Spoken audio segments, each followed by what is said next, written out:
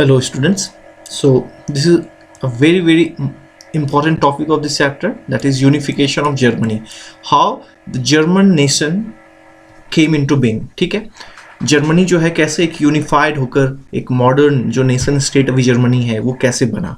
ठीक है, इसके पहले हमने देखा कि उसमें छोटे छोटे जो हैं स्टेट्स हैं, एक बड़ा भी स्टेट है जैसे कि प्रूशिया. ठीक है, तो वो सबसे बड़ा है. अदरवाइज ये उन सब का क्या है, एक कॉन्फेडरेशन बना हुआ था. ठीक है, एक इंडिपेंडेंट, एक यूनाइटेड जर्मन नेशन उस समय नहीं था. और लास्ट जो वीडियो हमने किया था वो किस टॉपिक पे था, लिबरल्स रेवोल्यूशंस पे 1848 पे. ठीक है, तो वही रिकैप्चुलेशन थोड़ा कर रहे हैं बच्चों कि नेशनलिस्ट फीलिंग जो थी जर्मन मिडिल क्लास के बीच थी.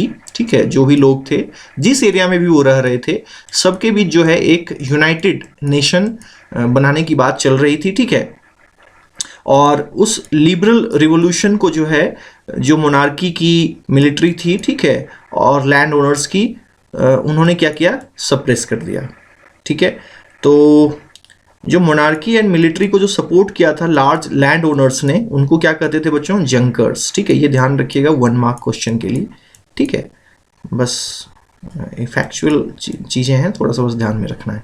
तो देखिए जर्मनी बिफोर यूनिफिकेशन कुछ इस तरह से दिख रहा है बच्चों. ठीक है, जर्मनी 1815, ठीक है, after the Congress of Vienna या ट्रीटी ऑफ वियना के बाद.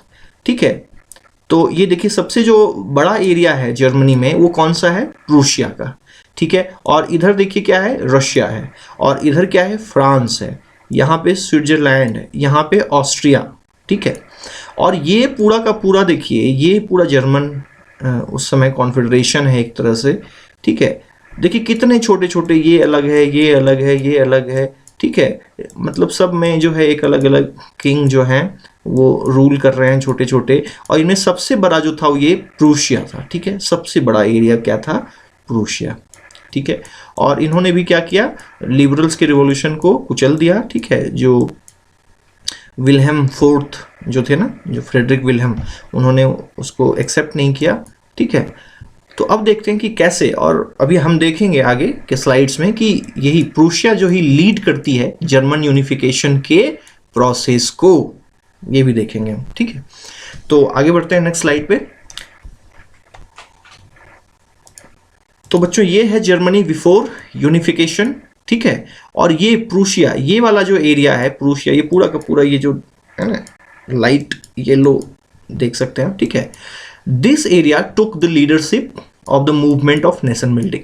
ठीक है, धीरे धीरे इस प्रूशिया ने जो है वो एक लीडरशिप ले ली कि हाँ मुझे जो है, हम बनाएंगे क्या, जर्मन को एक यूनिफाइड नेशन के रूप में. ठीक है, तो ये उसके लिए है कि ये प्रूशिया यहाँ पर है, और यही अब आगे लीड करेगा जर्मन यूनिफिकेशन के प्रोसेस को. ठीक है, तो देखते हैं कि मेन हीरोज कौन कौन हैं जर्मन यूनिफिकेशन के. तो प्रूशिया जो हमने बात की पीछे है ना, कि एक प्रूशिया जो वहाँ का किंगडम था, ठीक है, मोनार्की जो थी जहाँ पर, उसने लीड किया. ठीक है, उसने लीडरशिप की रिस्पॉन्सिबिलिटी ली कि मैं लीड करूँगा. ठीक है, जर्मनी को एक करने का. और उसके बाद कुछ ह्यूमन बींग थे, वो कौन कौन, ऑटो वोन बिस्मार्क. ठीक है, ये प्रूशिया के क्या थे, पीएम थे, प्राइम मिनिस्टर थे. ठीक है, प्रूशिया जो वहाँ पे मोनार्की थी, उस मोनार्की में पीएम थे ये. ठीक है, उस किंग के कौन थे उस समय, कैशर विलियम. ठीक है, फर्स्ट. और प्रूशियन आर्मी एंड ब्यूरोक्रेसी है ना, प्रूशिया की जो आर्मी थी उसने बहुत बड़ा रोल प्ले किया जर्मनी को एक करने में. और वहाँ की ब्यूरोक्रेसी जो किंगडम थे, ठीक, जैसे किंग के जो बड़े बड़े ऑफिशियल्स होते हैं. ठीक है, तो इन्होंने जर्मन यूनिफिकेशन में एक बहुत बड़ा रोल प्ले किया. किसने, प्रूशियन आर्मी ने. ठीक है, इसीलिए जर्मनी को ये भी कहा जाता है कि Germany is the architect of Prussian army. ठीक है, लेकिन आर्मी यहाँ पे क्या थी, सिर्फ टूल थी. ठीक है, आर्मी को लीड कौन कर रहा था, उसे दिमाग कौन दे रहा था कि कहाँ यूज करना है, कैसे यूज करना है, तो उसके पीछे जो है बिस्मार्क थे. ठीक है, तो आगे चलते हैं बच्चों, देखते हैं कि एक एक का क्या रोल था. तो बिस्मार्क का रोल क्या था बच्चों, देखिए ये प्राइम मिनिस्टर ऑफ प्रूशिया थे. ठीक है, तो पूरी प्लानिंग जो थी ना यूनिफिकेशन ऑफ जर्मनी की, आर्किटेक्ट क्या करता है, अगर कोई बिल्डिंग बनाना है तो उसकी पूरी प्लानिंग करता है. ठीक है, कहाँ पे क्या होगा, एक एक डिटेल जो है वो बनाता है, ठीक है। कहाँ पे बेडरूम होंगे, कहाँ पे जो है बाथरूम होगा, कहाँ पे किचन होगा, ठीक है, कितने फ्लोर्स की जो है बिल्डिंग होगी, कहाँ पे विंडो होगा, कहाँ पे डोर होगा, ठीक है, पूरी प्लानिंग ये करते हैं। उसी तरीके से जो जर्मन यूनिफिकेशन की जो पूरी प्लानिंग थी, जो आर्किटेक्ट था जिसने पूरा का पूरा प्लान बनाया एक तरह से, ठीक है, और कैसे प्रूशियन आर्मी को यूटिलाइज करना है, वो सारा कौन था, बिस्मार्क, ठीक है, जो कि प्राइम मिनिस्टर थे प्रूशिया के, ठीक है, और ये सबसे ज़्यादा पावरफुल स्टेट था उस पूरे जर्मन कॉन्फेडरेशन में, ठीक है। तो इनके टूल्स वही, ठीक है, वेपन होना चाहिए ना, कुछ टूल्स है ना जिसकी मदद से आप कुछ करोगे, ठीक है। तो आर्किटेक्ट के पास भी कुछ टूल्स होते हैं, आजकल तो सब कुछ कंप्यूटर पे होता है ना, सॉफ्टवेयर है ऑटो कैड, उस पर वो डिज़ाइन करते हैं, ठीक है। बट अदरवाइज कुछ कुछ छोटे टूल्स होते हैं जिससे वो डिज़ाइन करेंगे अपनी पूरे प्लानिंग को। तो इनके टूल्स क्या क्या थे, प्रूशियन आर्मी, ठीक है, और प्रूशियन ब्यूरोक्रेसी। तो जो प्रूशिया था उसकी आर्मी और उसकी ब्यूरोक्रेसी, इन दोनों को यूज करके जो है कहाँ पर किस समय यूज करना है वो सब इनका काम था, ठीक है। ये जब भी बोलते थे प्रूशियन आर्मी वहां जाती थी और अपना काम करके आती थी, ठीक है। तो मेन आर्किटेक्ट बिस्मार्क हुए और उनके टूल्स ये थे, Prussian army and Prussian bureaucracy, ये ध्यान में रखना बच्चों आपको, ठीक है। नेक्स्ट पे चलते हैं कि अब इन्होंने क्या किया, ये देखिए, ठीक है। तो ऑब्वियसली प्रूशियन आर्मी क्या करेगी, आर्मी वॉर लड़ेगी, है ना, वॉर करेगी, युद्ध लड़ेगी, और जो स्टेट नहीं मिलना चाहेंगे उसको जो है जबरदस्ती जीत कर जो है जर्मन नेशन में उस में मिलाएगी, ठीक है। तो देखिए प्रूशिया ने क्या किया, धीरे धीरे, अब ये एरो यही दिखा रहा है बच्चों, एरो ये दिखा रहा है कि ये धीरे धीरे ये इन्होंने कई वॉर लड़े, किससे किससे, फ्रांस से, इधर इधर ऑस्ट्रिया से, ठीक है। ये जो स्टेट्स हैं इन सबको किसमें, प्रूशिया में मिलाने के लिए और एक यूनिफाइड जर्मन नेशन बनाने के लिए, ठीक है। तो ये एरो वही दिखा रहा है बच्चों, ठीक है, कि इधर इनको फ्रांस से लड़ना पड़ा, इधर ऑस्ट्रिया से, और इधर जो है ये कुछ स्कैंडिनेवियन नेशन थे उससे लड़ना पड़ा इनको, ठीक है, वो यहाँ पे दिख नहीं रहा है। तो ये चीज़ें थी, ठीक है। तो आगे बढ़ते हैं और ये देखते हैं कि कौन सा एरिया जर्मनी में कब मिला। तो ये देखिए यहाँ पर प्रूशिया बिफोर 1866, ठीक है, 1866 के पहले जो है ये प्रूशिया है, ये वाला, ठीक है। उसके बाद देखिए कॉन्कर्ड बाय प्रूशिया इन ऑस्ट्रो प्रूशियन वॉर 1866, ये इन्होंने 1866 में जीत लिया, ठीक है। उसके बाद जो है ये वाला एरिया, ये तो दिख नहीं रहा मुझे कहीं पे, ठीक है, लेकिन ये जो है ये वाला, ये ग्रीन सा जो है, ठीक है, ये इन्होंने जीत लिया कब, 1867 में, joined with Prussia to form German confederation, ठीक है, इन्होंने ज्वाइन कर लिया, ठीक है, इसको जीतने की जरूरत नहीं पड़ी, इन्होंने खुद ज्वाइन कर लिया, ये जो ग्रीन वाले एरिया है, ठीक है। उसके बाद ये थोड़े से जो पिंक में नजर आ रहे हैं, लाइट पिंक में, ये साउथ जर्मन है ना, साउथ में है, ठीक है, ये नॉर्थ हो गया, ये ईस्ट हो गया हमारा, ठीक है, और ये वेस्ट हो गया, ठीक है। तो ये जो साउथ जर्मनी वाला एरिया है इन्होंने कब ज्वाइन किया, 1871 में, ठीक है, इन्होंने भी ज्वाइन किया, प्रूशिया को ज्वाइन कर लिया एक जर्मन एम्पायर बनाने के लिए, ठीक है। उसके बाद जो ये लाइट एकदम बिल्कुल लाइट ब्लू है, ये इसको इन्होंने जीत लिया प्रूशिया ने फ्रैंको प्रूशिया वॉर में 1871 में। इधर फ्रांस है ना बच्चों, इधर पिछले स्लाइड पे हमने बात की ना, यहाँ पे फ्रांस है, तो यहाँ पे इन्होंने फ्रांस से लड़ाई करके इस एरिया को कहाँ पे, ये जर्मन जो नेशन है उसमें मिला लिया, ठीक है, एक जर्मन एम्पायर में। तो अभी चूंकि देखिए ये प्रूशिया में क्या है, किंगडम है, मोनार्की है बच्चों, ठीक है। तो ऐसा मोनार्की खत्म नहीं होगी, वहाँ पे का जो मोनार्क है प्रूशिया का, वही लीड कर रहा है अब पूरे इन एरियाज को क्या करने के लिए, यूनिफाइड करने के लिए, एक जर्मन नेशन बनाने के लिए, ठीक है। तो ये ध्यान में रखना है यहाँ पर, ठीक है। तो ये किस तरह से कैसे कैसे एरिया जो है टाइम के साथ जर्मन नेशन में मिल गए, ठीक है, वो ये मैप दिखा रहा है आपको, ठीक है। उसके यहाँ पे लीजेंड्स बने हुए हैं कि कौन सा एरिया कलर वाइज आप देख सकते हैं कि वो प्रूशिया में कब मिले, ठीक है। तो कौन कौन से युद्ध जो है प्रूशिया ने लड़े, ऑस्ट्रिया से लड़ा, डेनमार्क से लड़ा, फ्रांस से लड़ा, डेनमार्क से नॉर्थ में, ऑस्ट्रिया से साउथ में, साउथ ईस्ट में, ठीक है, एंड फ्रांस से साउथ वेस्ट में, ठीक है। यहाँ पे देखिए, यहाँ पे देख सकते हैं, यहाँ पे ऑस्ट्रिया है ना, देखिए ये साउथ ईस्ट आप बोल सकते हैं, ठीक है, रशिया की अपेक्षा। और फ्रांस की अगर बात करेंगे तो हम साउथ वेस्ट या वेस्ट बोल सकते हैं, ठीक है। और ऑस्ट्रिया साउथ में, ठीक है। तो यहाँ पे देखिए ऑस्ट्रियन एम्पायर, तो साउथ में जो है ऑस्ट्रिया से ये लड़े, ठीक है, इधर वेस्ट में जो है फ्रांस से लड़े, ठीक है। तो ये तीन, और नॉर्थ में यहाँ पे, नॉर्थ में इधर, ठीक है, ये नॉर्थ में इधर डेनमार्क है बच्चों, ठीक है। तो नॉर्थ में जो है यहाँ पर ये जो एरो दिखा रहा है, इधर जो ये वॉर लड़े हैं, ठीक है, इन्होंने जो युद्ध लड़ा और जर्मन यूनिफिकेशन के लिए, वो डेनमार्क से, ठीक है।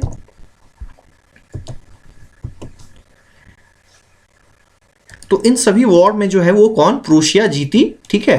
And the process of German unification was complete. तो ये सारे युद्ध जो हैं वो प्रूशिया ने जीते, ठीक है, प्रूशियन आर्मी ने जीती अंडर द लीडरशिप ऑफ, ठीक है, ऑटो वॉन बिस्मार्क, ठीक है। हालांकि इसमें और भी हैं जिनके बारे में हम बात करेंगे, ठीक है।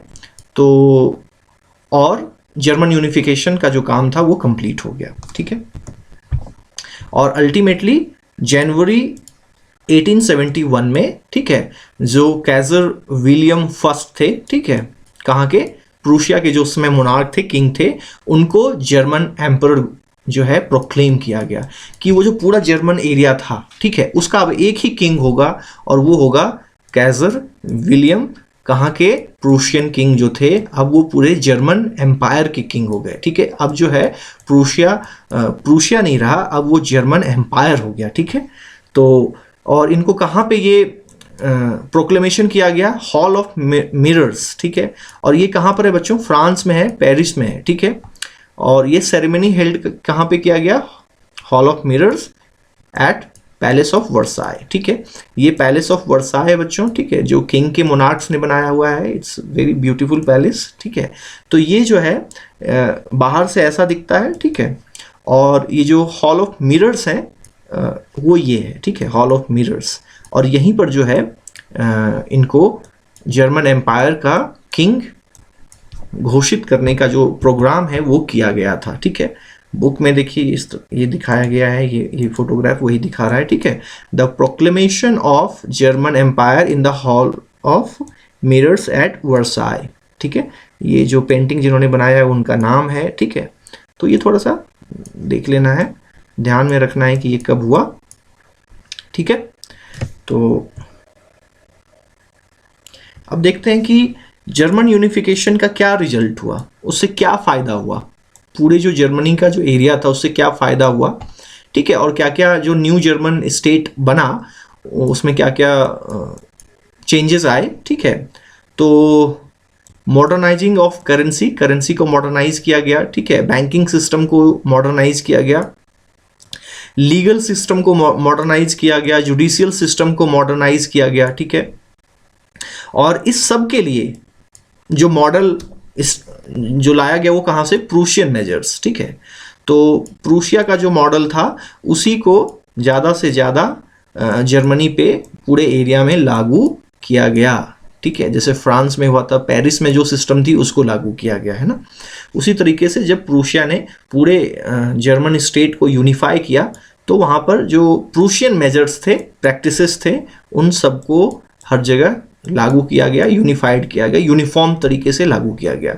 Currency, banking system, legal system, judicial system, इन सब में चेंजेस लाए गए, इनको थोड़ा अच्छा बनाया गया पहले से, ठीक है, इम्प्रूव किया गया, मॉडर्नाइज किया गया, ये इसका मतलब है, ठीक है। तो ये बच्चों एक ये एक एक्टिविटी है आपके लिए, ये रिजल्ट में नहीं आएगा, ठीक है। ये एक कैरिकेचर है, ये आ सकता है एग्जाम में, ठीक है।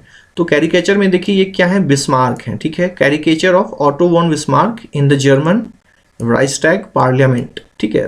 राइक्सटैग को वहाँ पे राइक टैग भी बोल, ठीक है, जो भी इसका प्रोनाउंसिएशन हो, इसका मतलब होता है पार्लियामेंट, ठीक है, बेसिकली। तो ये क्या बता रहा है ये आपको करना है, ठीक है। तो डिस्क्राइब द कैरिकेचर, इसका क्या मतलब है। ये देखिए पार्लियामेंट में ये लोग बैठे हुए हैं, ठीक है, और ऑटो वॉन बिस्मार्क जो है ये एक चाबुक लेकर जो है खड़े हैं, ठीक है। तो ये जो है ये बोल रहा है कि क्या आपको करना है, how does it represent the relationship between Bismarck and the elected deputies of parliament.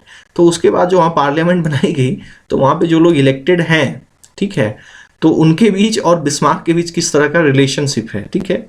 What interpretation of democratic process is the artist trying to convey, तो क्या ये एक डेमोक्रेटिक प्रोसेस है, ठीक है, या नहीं है, इसके बारे में आपको लिखना है। तो ऑब्वियसली नहीं है ना, क्योंकि ज़बरदस्ती इसका मतलब क्या है, ठीक है। ये जो कैरिकेचर बता रहा है कि ऑटो वन बिस्मार्क जो है काफ़ी पावरफुल हैं और वो जो इलेक्टेड डेपुटीज हैं उनको अपने मन मर्जी से, है ना, अपने अनुसार काम करवा रहे हैं उनसे, ठीक है। फ्रीडम नहीं है उनको अपने अनुसार काम करने की, ठीक है। तो ये एक होमवर्क था आपके लिए, ठीक है, ठीक है बच्चों। तो इसको आप थोड़ा सा ट्राई करेंगे इसको डिस्क्राइब करने की घर पर, ठीक है। और ये एक और होमवर्क है आपके लिए। तो ये जो पूरा प्रोसेस हमने जर्मन यूनिफिकेशन का के बारे में जो बात की, ठीक है, मेन हीरोज़ कौन कौन थे, कौन प्लेयर्स थे मेन, ठीक है, उन्होंने क्या किया, तो उसके बारे में आपको briefly trace the process of German unification. तो उस पूरे प्रोसेस को आपको ब्रीफली लिखना है, ठीक है, कि कैसे कैसे जर्मन यूनिफिकेशन का प्रोसेस जो है वो शुरुआत हुई थी और कैसे फिर जर्मनी यूनिफाइड हुआ with the proclamation of king Kaiser William first. Kaiser William first ही थे ना, देखते हैं कौन थे, हाँ, कैसर विलियम फर्स्ट, ठीक है। ये प्रोक्लेमेशन के साथ जो है जर्मन यूनिफिकेशन का काम कंप्लीट हो जाता है, ठीक है। तो ये बच्चों आप कर लेंगे आई होप। और नेक्स्ट वीडियो जो होगा वो यूनिफिकेशन ऑफ इटली की बात हम करेंगे, वो भी जो है सेकंड मोस्ट इंपॉर्टेंट टॉपिक है बच्चों, वो भी इन दोनों केस स्टडी में से कोई ना कोई आएगा ही, ठीक है, फाइनल एग्जाम में या पहले भी जो भी एग्जाम्स होते हैं उसमें ये आना ही आना है। इन दो के बारे में हमें जानना ही जानना है ठीक से, ठीक है। थैंक यू, तब तक के लिए बाय।